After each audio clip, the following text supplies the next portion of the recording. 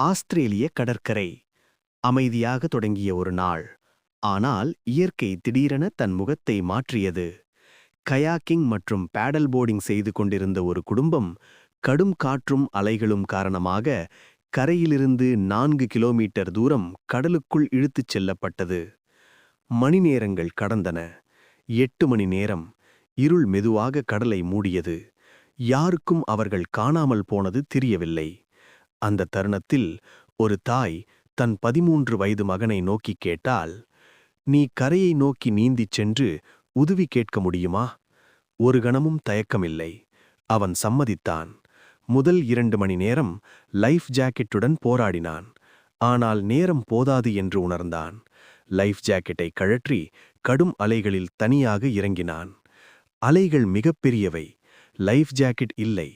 நீந்திக் கொண்டே இரு, நீந்திக் கொண்டே இரு, அதுவே என் ஒரே எண்ணம். 4 மணி நேர போராட்டம். மாலை 6 மணி. அவன் கரையை அடைந்தான். நிலத்தை தொடர்ந்ததும் சோர்வால் மயங்கி விழுந்தான். ஆனால் அவன் விழும் முன் செய்த ஒன்று ஒரு குடும்பத்தின் உயிரை காப்பாற்றியது. அதிகாரிகளுக்கு தகவல். உடனே மீட்புக் குழு. ஹெலிகாப்டர்.